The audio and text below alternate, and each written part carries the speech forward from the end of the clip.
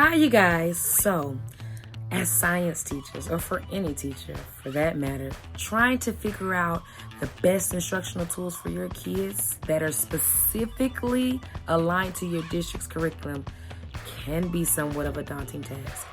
Not to mention being inundated with all of these quote unquote innovative EdTech resources can leave you wondering what will really work for my kids versus what just looks good.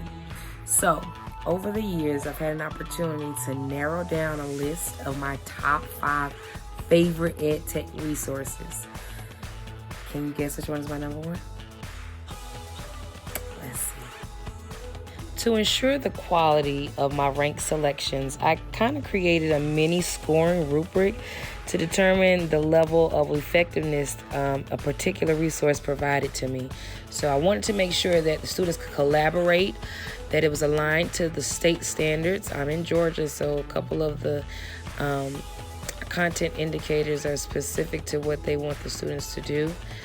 If it was user-friendly, not only for the student, but as well as for the teacher.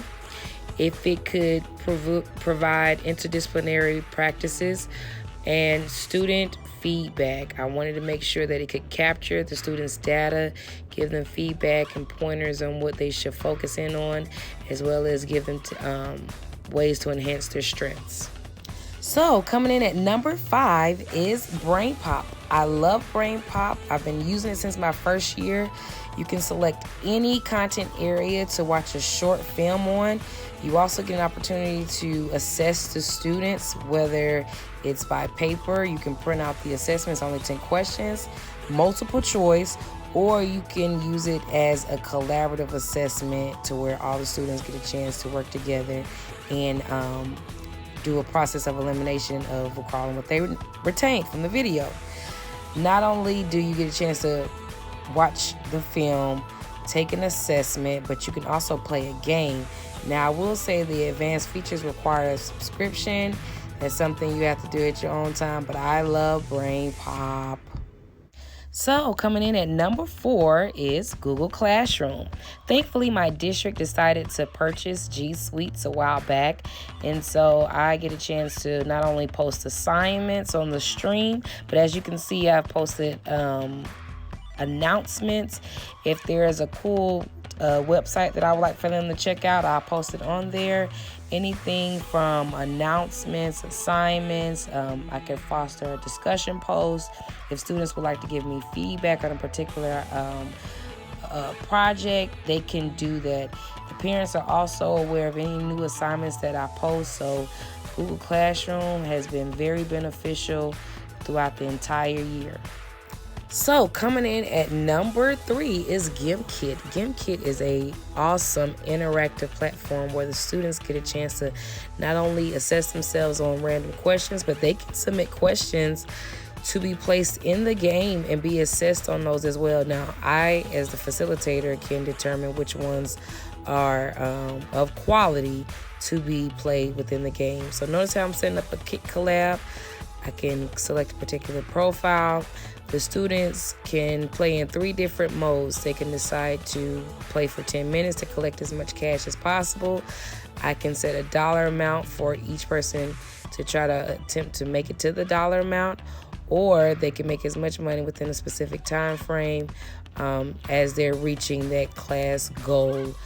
They could handicap someone by purchasing a power-up, or they can just decide to play the game to win. GIMPKid is fantastic. Coming in at number 2 is USA Test Prep.